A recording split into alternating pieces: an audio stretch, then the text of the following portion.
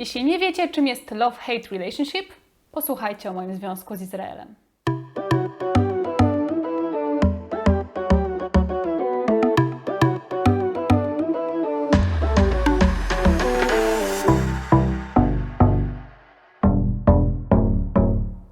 Cześć, tutaj Agata z kanału Izraelia, bo właściwie dotarło do mnie, że przez te kilkanaście odcinków ani razu się jeszcze nie przedstawiłam, więc nawet nie wiecie, jak mam na imię. No może gdzieś tam wspomniałam w rozmowie w komentarzach z którymś z widzów.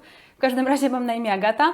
Miło mi gościć Was na moim kanale. Dzisiaj pogadamy o minusach i plusach życia w Izraelu, o rzeczach, których tutaj po prostu serdecznie nienawidzę, ale i o takich, które uwielbiam. I bardzo nie chciałam robić takiego cukierkowego odcinka, w którym mówię tylko o tym, jak tutaj jest cudownie, że to jest kraj mlekiem i miodem płynący, a z drugiej strony nie chciałam też robić takiego bardzo negatywnego odcinka, naładowanego narzekaniem i mówieniem, jak tutaj jest źle i ile rzeczy mi się tutaj nie podoba.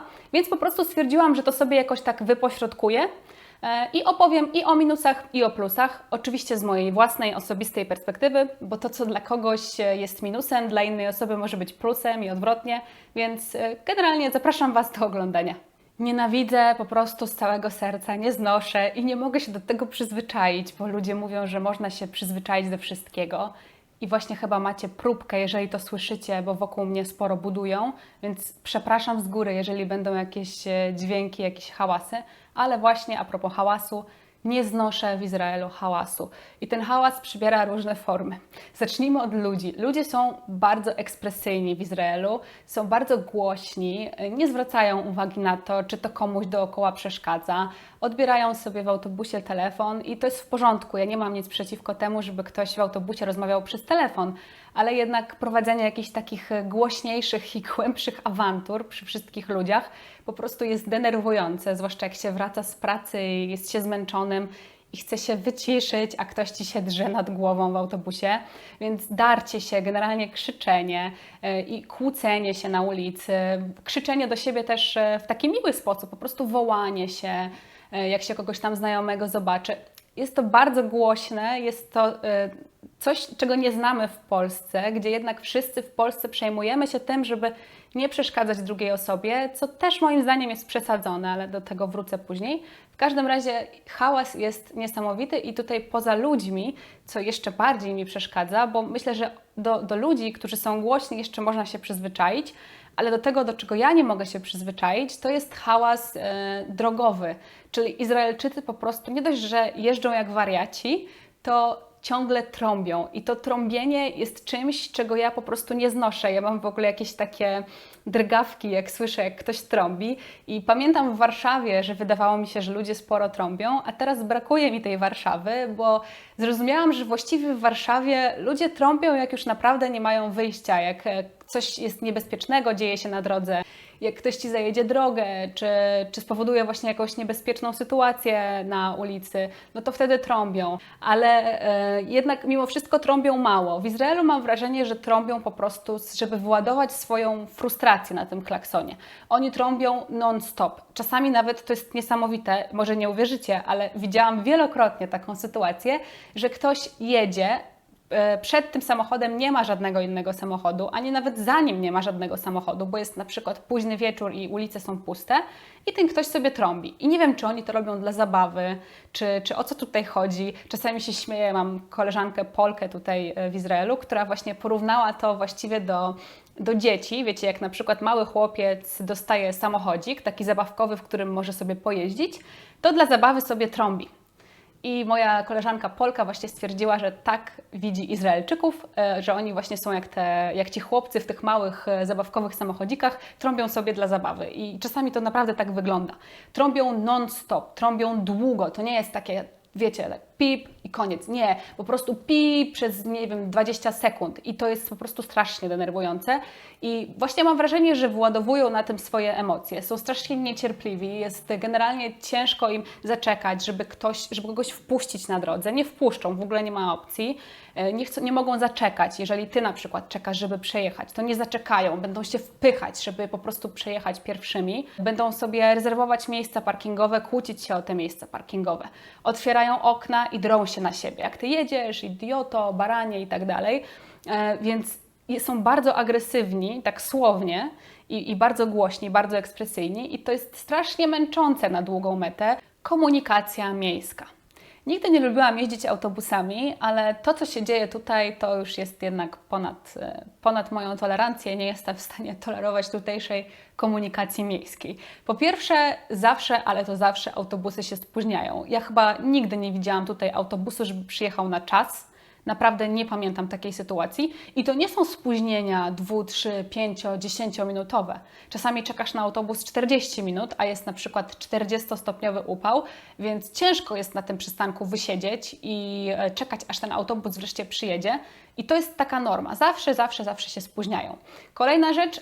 Mam wrażenie, że w Warszawie kierowca autobusu jest tak trochę incognito. Wiecie, ja nie pamiętam, żebym znała na przykład głos kierowcy, który prowadzi autobus, czy nawet wiedziała, jak on wygląda. Zazwyczaj on prowadzi prowadzi autobus, a my nawet nie wiemy, kto ten autobus prowadzi. On po prostu robi swoją robotę, wiezie nas z punktu A do B i tyle. W Izraelu zawsze wiem, kto prowadzi autobus, bo oni po prostu zawsze się albo drą, otwierają okna i krzyczą na innych kierowców, albo krzyczą na pasażerów, że ktoś na przykład, nie wiem, używa telefonu i świeci kierowcy w oczy, chociaż siedzi w ostatnim rzędzie, więc jest to po prostu fizycznie niemożliwe. Albo że ktoś nie dobiegł do autobusu, albo żeby ktoś się pospieszył i wsiadał szybciej.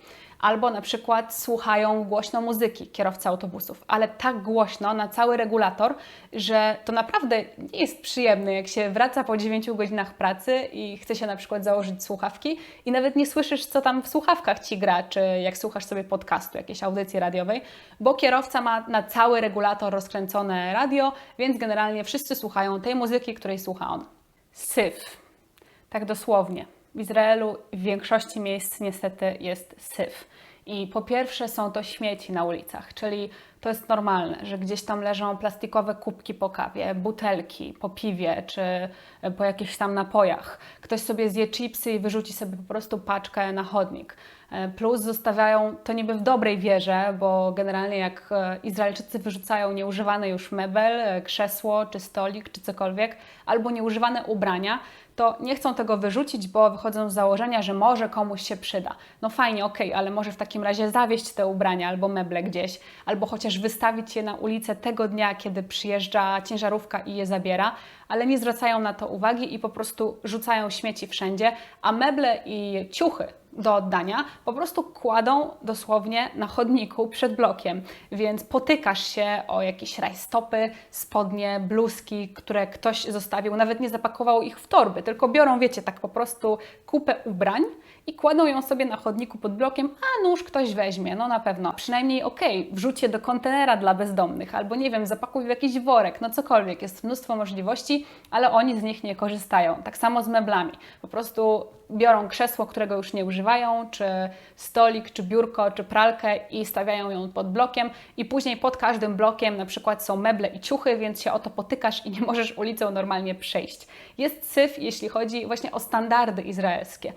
To nie jest to, co w Europie. Ja jestem bardzo przyzwyczajona do tego, że po prostu Warszawa lśni w większości miejsc. I jeżeli uważacie, że nie, to polecam Wam przyjechać na przykład do Izraela czy do innych krajów Bliskiego Wschodu i wtedy naprawdę docenicie, jak czysta jest na przykład Warszawa i Polska ogólnie. Te okna, mam wrażenie, że tutaj wszędzie po prostu wszystkie lokale mają tak usyfione, brudne okna, nigdy ich chyba nie myją i nawet takie lokale, które wydawałoby się, że są luksusowe, ekskluzywne, z jakimiś drogimi ciuchami czy drogą biżuterią, to nic przez te okna, przez te szyby w ogóle nie widać, bo nikt tego nie czyści.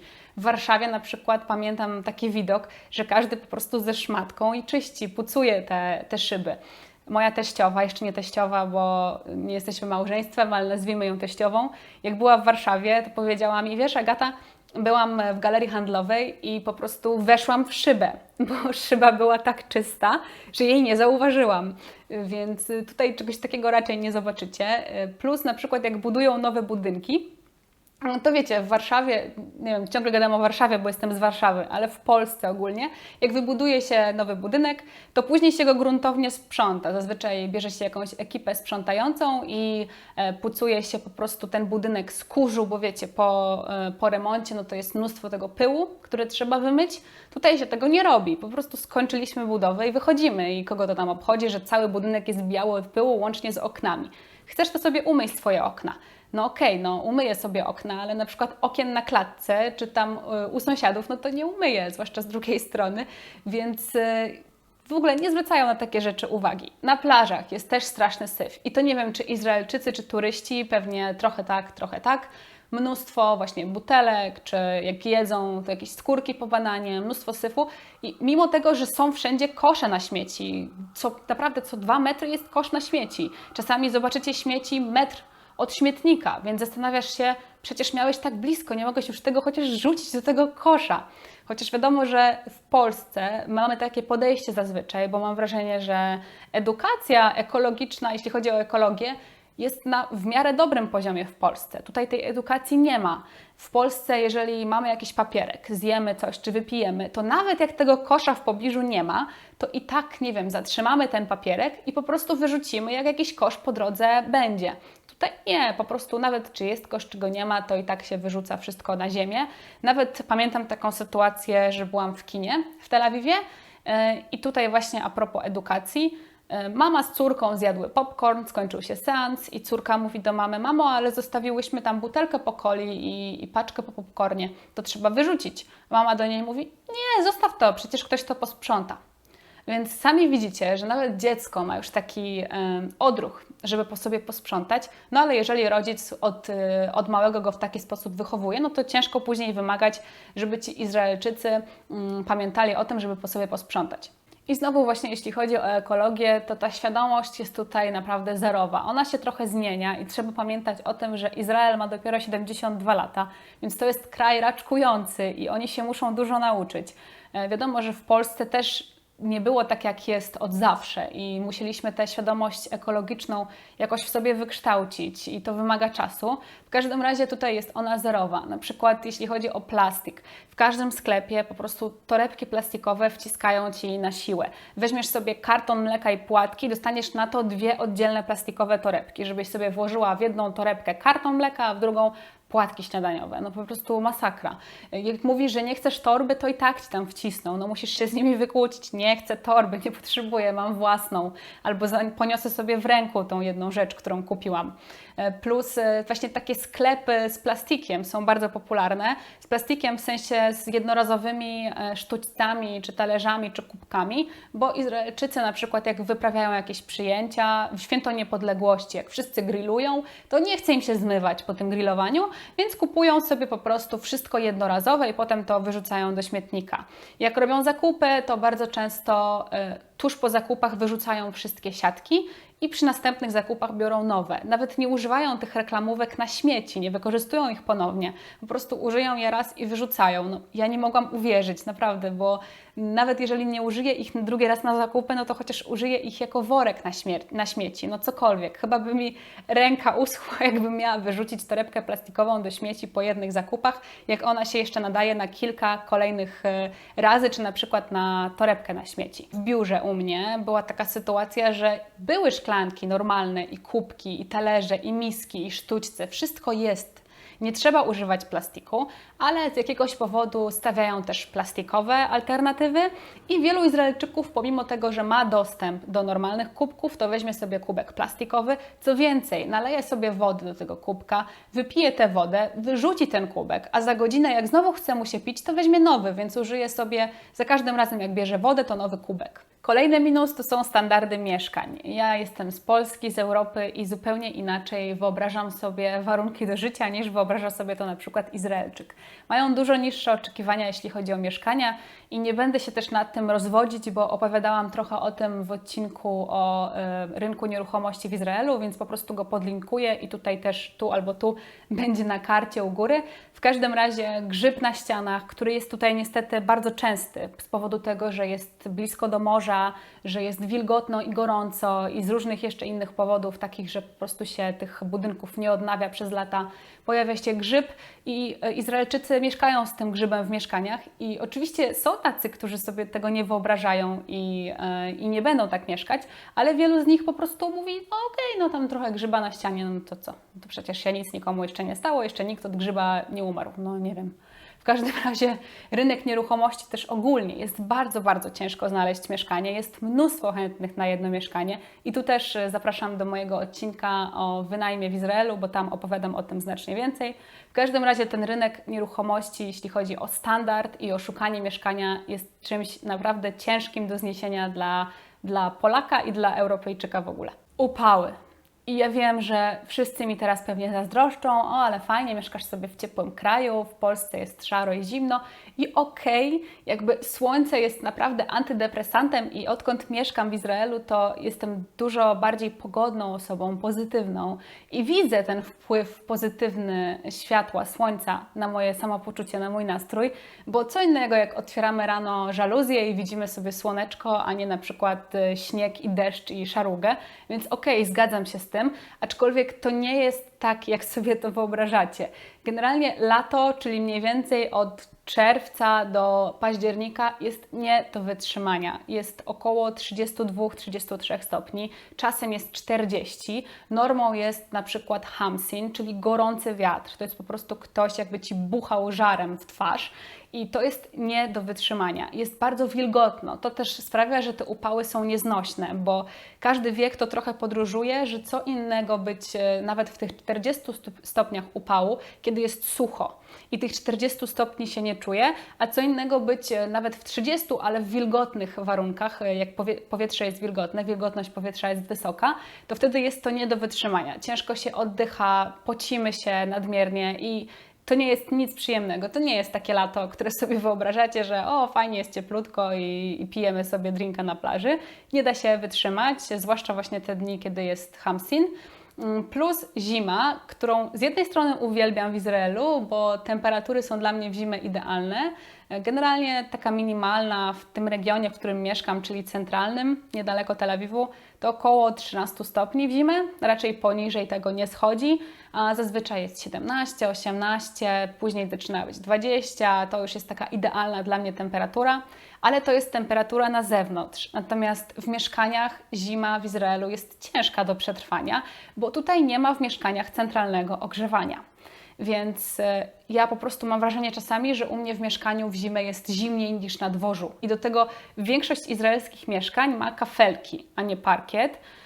To niby ma sprzyjać temu, żeby było w mieszkaniu chłodniej. No i jest chłodniej, tylko że w zimę po prostu nie da się gołą stopą stanąć na podłodze, bo czujesz, jakby to było lodowisko, więc zakładasz grube skarpety, siedzisz w domu w kurtce, niby nie ma centralnego ogrzewania, jest klimatyzacja, z której możesz sobie włączyć ogrzewanie, ale to takie ogrzewanie bardzo duszące, bo to nie jest takie ogrzewanie jak kaloryfer, tylko po prostu wieje Ci w twarz gorącym powietrzem, więc ciężko się oddycha, powietrze robi się suche i to nie jest nic przyjemnego i nie można z tym ogrzewaniem wysiedzieć dłużej niż, nie wiem, w moim przypadku to jest kilkanaście minut. I to też nie jest tak, że sobie włączymy to ogrzewanie, ono sobie podziała, nagrzeje i wyłączamy. Nie, ono jest ciepło tak długo, jak ono jest włączone. W momencie, w którym je wyłączamy, znowu jest cholernie zimno. Poza tym okna są nieuszczelniane, czego kompletnie nie mogę zrozumieć, bo niby to ma służyć temu, żeby było w mieszkaniu chłodniej, ale przecież jest dokładnie odwrotnie. Bo w lato, kiedy są straszne upały, to przez to, że okna nie są szczelne, ten upał wpada do środka, a w zimę wpada chłód.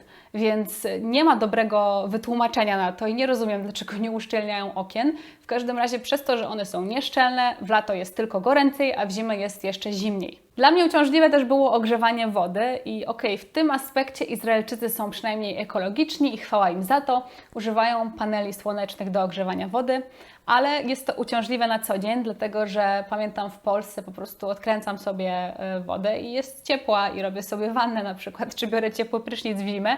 Tutaj muszę wcisnąć guzik i poczekać około 40 minut, żeby woda nagrzała się na prysznic. Jak chcę zrobić sobie wannę, to nieraz 2 godziny czekania, żeby woda się nagrzała w takiej ilości, więc to nie jest nic przyjemnego na co dzień. Co prawda można sobie zakupić taki timer, który po prostu ustawia się na konkretną godzinę, żeby o tej porze woda zaczęła się nagrzewać, ale jednak mimo wszystko jest to na co dzień uciążliwe i ja tego nie lubię, zwłaszcza właśnie w zimę, jak marznę i chcę sobie wejść do ciepłej wanny, ale wtedy mam takie, a nie, no to przecież zanim sobie wejdę, to minie 2,5 godziny, żeby nagrzała mi się woda.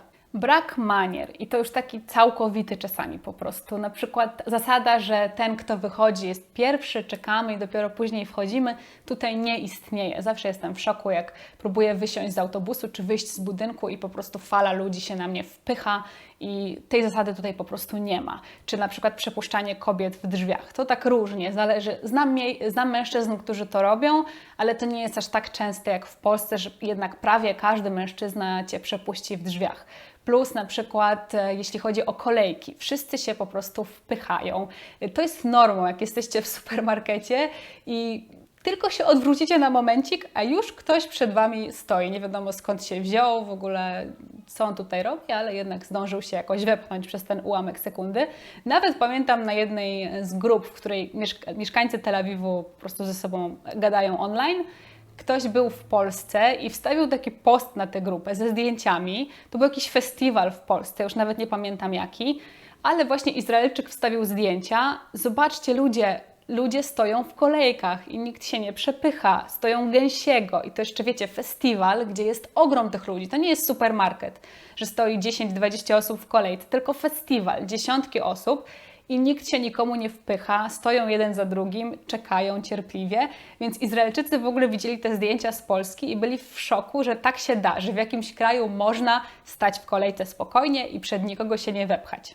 Wszędzie budują i to jest też kwestia związana znowu z hałasem, ale nie tylko, bo jest po prostu strasznie przez to głośno, po pierwsze. Po drugie, mam wrażenie, że nie da się od tego uciec, bo gdzie byśmy się nie przeprowadzili, to gdzieś w okolicy budują albo wieżowiec, albo budynek mieszkalny, czy jakieś osiedle, dlatego że Izraelczycy starają się rozbudować swój kraj, starają się, żeby był bardziej nowoczesny, chcą się pozbyć tych starych, brzydkich budynków, postawić na ich miejsce nowoczesne, schludne budynki, ale to się wiąże z tym, że nie da się naprawdę od tego uciec. Gdziekolwiek byśmy się nie przeprowadzili, zazwyczaj gdzieś w pobliżu będzie odbywała się jakaś budowa, przez którą rano nie możemy spać, a w ciągu dnia pracować. Mało miejsca. O tym opowiadałam też, wspominałam właściwie, nie opowiadałam w ostatnim odcinku.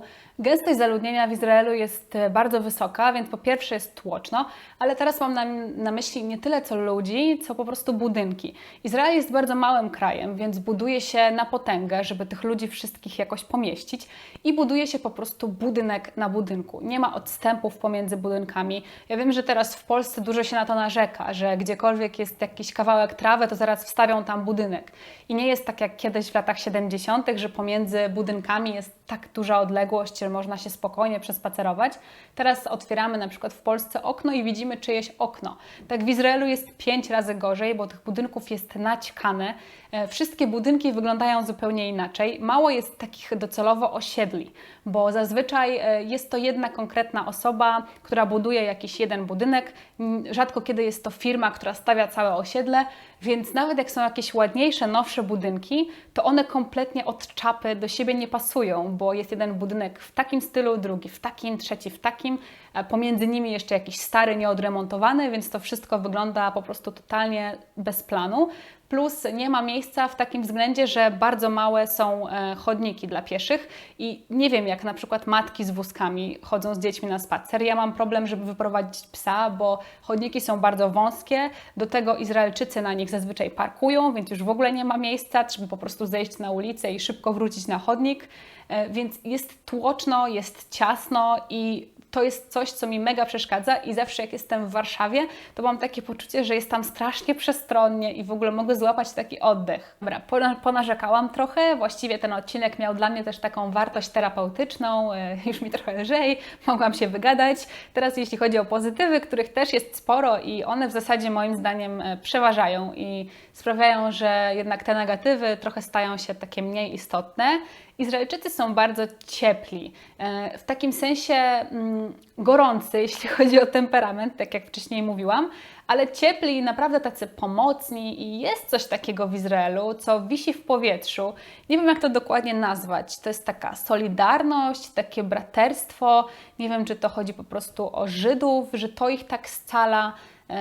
Ciężko, to właściwie jest taki dosyć głęboki temat, może warto byłoby się nad tym zastanowić skąd to się dokładnie bierze, ale Izraelczycy są właśnie tak ze sobą bardzo blisko. Ma się takie poczucie, że jest się częścią społeczeństwa, ale w takim dobrym tego słowa znaczeniu. Nie w takim, że wiecie, komuna, tylko po prostu nie jest się samotnym. Dlatego właśnie nawet jak rozmawiam z Izraelczykami, czy Europejczykami, czy sama jak jeżdżę za granicę, to zauważam to, że jak jestem w Europie, to czuję się tak mi jakoś tak smutno.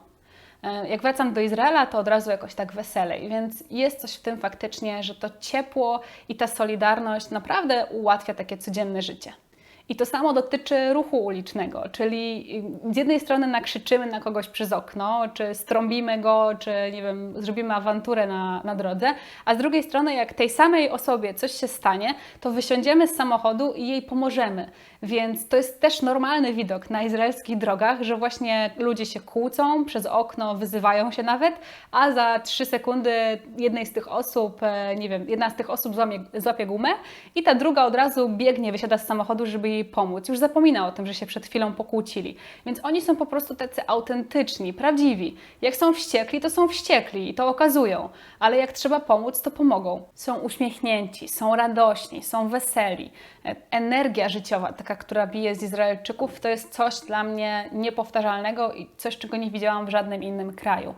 To, jak się do siebie odnoszą, jak często się przytulają, jak okazują sobie uczucia, mówią do siebie motek, mami, czyli kochanie, skarbie, tak mniej więcej w wolnym tłumaczeniu.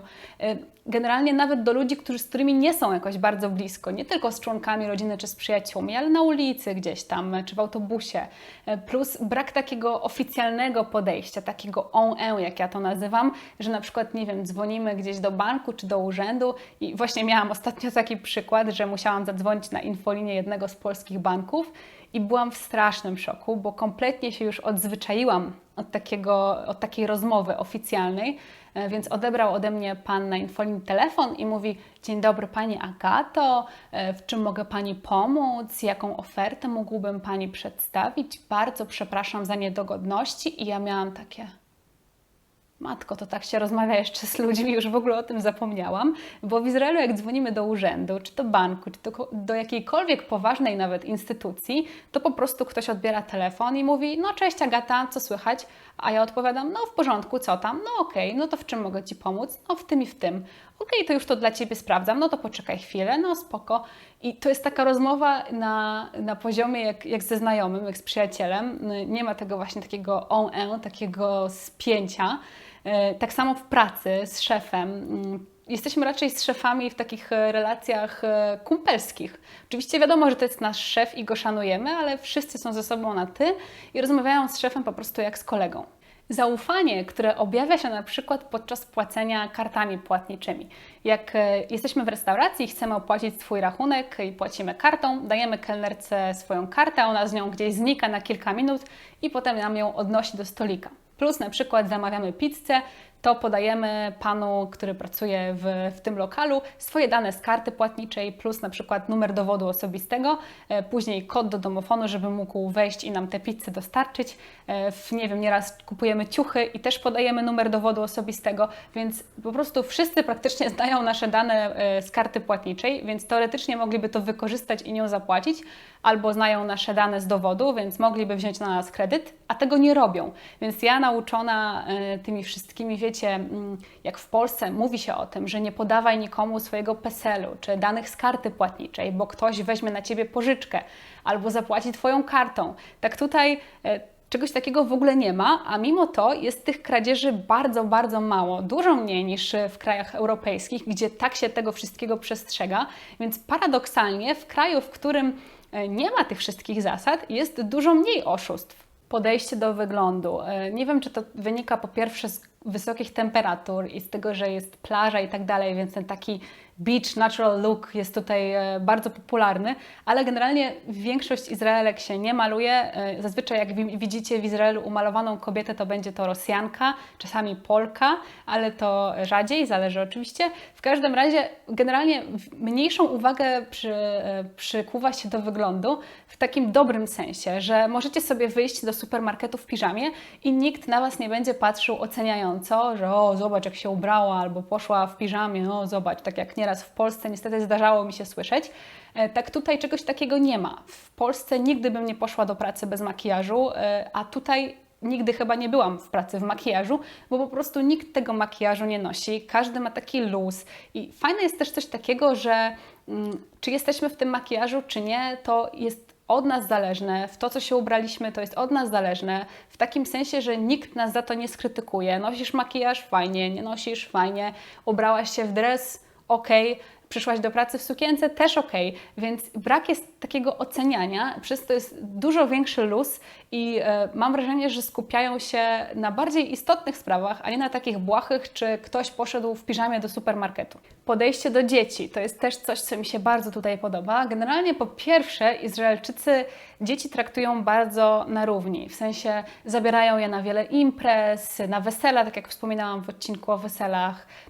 Te dzieci nie są wykluczane, zabierane są na spotkania ze znajomymi, zapewnia się im jakieś tam atrakcje, robi się dla nich imprezy urodzinowe, czy w ogóle jakoś tak te dzieci się traktuje. Po pierwsze pokazuje im się, jak bardzo są ważne, po drugie wychowuje się je w dużo większym luzie. Jak dziecko się drze, to zazwyczaj w Polsce pamiętam taki widok mamy z dziećmi, czy ojców z dziećmi. Jak dziecko jest głośne, to za chwilę gdzieś tam ktoś mu powie ciszej, nie krzycz, ludzie się patrzą, nie wiem, przeszkadzasz komuś, a tutaj nie, po prostu to jest dziecko, ono jest głośne, taka jest natura dzieci, że one krzyczą, głośno się bawią i w porządku, dajmy im być dziećmi. Nikomu tutaj to nie przeszkadza, nikt temu dziecku nie zwraca uwagi i to może być na początku może trochę dziwne dla nas i przeszkadzać, bo jesteśmy przyzwyczajeni do czegoś innego, że te dzieci się jednak tak tonuje, ale nie wiem, czy to jest dobre. Moim zdaniem te dzieci później są trochę takie zahukane i właśnie za bardzo zwracają uwagę na to, czy przeszkadzają innym, czy coś wypada, czy nie wypada. Plus właśnie jeśli chodzi o wychowanie dzieci, to tak jak też wspominałam z jednym ze swoich odcinków, że ojcowie są bardzo zaangażowani w wychowanie dzieci, co nie jest wcale takie częste w wielu krajach Europy, w tym w Polsce. Tak, tutaj nieraz ci ojcowie angażują się nawet bardziej i spędzają z tymi dziećmi mnóstwo czasu i ich rola w życiu dziecka jest równie ważna jak rola matki. I podejście rodziców do dzieci też jest takie bardzo na luzie, bym powiedziała, w sensie takim, że ci rodzice nie trzęsą się nad dziećmi. Rzadko kiedy usłyszycie załóż czapkę, zapnij się, pij więcej wody, zostaw to, nie dotykaj. Po prostu nie trzęsą się nad tymi dziećmi, że za chwilę coś im się stanie, że komuś przeszkadzają, czy że czegoś mają nie dotykać. Plus rodzice też raczej nie bardzo rezygnują ze swojego życia po narodzinach dziecka, ale w takim dobrym tego słowa znaczeniu. Nie w takim sensie, że chodzą sobie codziennie na imprezy i zostawiają to dziecko z nianią czy z babcią, tylko w takim sensie, że mamy dziecko, poświęcamy mu dużo czasu, ale w dalszym ciągu jesteśmy też ludźmi, więc mamy prawo pójść na imprezę czy wyjść ze znajomymi i jest wszystko w porządku i nie jesteśmy od razu złymi rodzicami. Służba zdrowia. Tak bardzo nie brakuje mi polskiej służby zdrowia, zresztą nie wiem, czy ktokolwiek mógłby za nią tęsknić. Jak mieszkacie w Polsce, to rozumiecie. Służba zdrowia w Izraelu jest na dużo wyższym poziomie, zarówno jeśli chodzi o lekarzy, o ich kompetencje. Specjaliści w Izraelu są jednymi z najlepszych na całym świecie. Tak samo zresztą jak medycyna tutaj w ogóle, szpitale i placówki medyczne. Kontakt z lekarzem jest też zupełnie inny, w sensie takim, że na przykład kilka dni po wizycie u lekarza jest to normalne, że on do Was na przykład zadzwoni i zapyta, jak się czujecie, czy leki, które wypisał, pomogły, czy jeszcze jakoś może Wam pomóc, albo zadzwoni przekazać Wam wyniki badań, niezależnie czy są one pozytywne czy negatywne, po prostu żebyśmy się nie stresowali, czy te wyniki będą ok, to dzwonią i Cię informują, jak najszybciej jest to możliwe. Nie ma też kolejek, nie czekamy miesiącami czy latami na lekarza albo na jakąś operację. Dzieje się to sprawnie, szybko, więc ja czuję się przez to też tak zaopiekowana, że moje zdrowie jest tutaj w dobrych rękach, nie muszę się przejmować odległymi terminami, czy tym, czy lekarz będzie kompetentny, bo wiem, że nie jest ciężko znaleźć dobrego lekarza i wszystko tutaj funkcjonuje tak, jak powinno. podejście do psów. Opowiadałam o tym w innym odcinku, jest o tym cały oddzielny odcinek na temat życia z psem w Izraelu, ale tak w skrócie to, że mogę zabrać swojego psa do większości galerii handlowych, że mogę z nią pójść do prawie każdej restauracji, że większość biur akceptuje przyjście z czworonogiem do pracy i mogę sobie z nią pracować na kolanach, czy ona sobie może biegać po biurze, podczas gdy ja pracuję. Są to rzeczy, za które kocham Izrael i na ten moment nie wyobrażam sobie życia z psem w innym miejscu na świecie. Jako że jestem wegetarianką, też bardzo doceniam to, że w Izraelu łatwo być wege. Jest mnóstwo wegańskich restauracji. W restauracjach, które nie są wege, są różne opcje wegetariańskie czy wegańskie. Posiłki mięsne można dostosować, rezygnując na przykład z sera na rzecz sera wegańskiego, więc bycie wege jest tutaj bardzo proste. W Warszawie też było bardzo proste, bo Warszawa też pod tym względem jest znakomita. Tutaj jest mi jeszcze łatwiej, więc ta świadomość, jeśli chodzi o zwierzęta i dostęp do żywności roślinnej jest tutaj na bardzo wysokim poziomie. Prawda, Laluńka? No prawda. To by było na tyle. Dzięki za dzisiaj. Dajcie znać w komentarzach, które z tych plusów i minusów dla Was byłyby plusami i minusami, w czym moglibyście się odnaleźć, a w czym kompletnie nie. Dajcie łapki w górę, subskrybujcie. Zapraszam na kolejne odcinki. Cześć!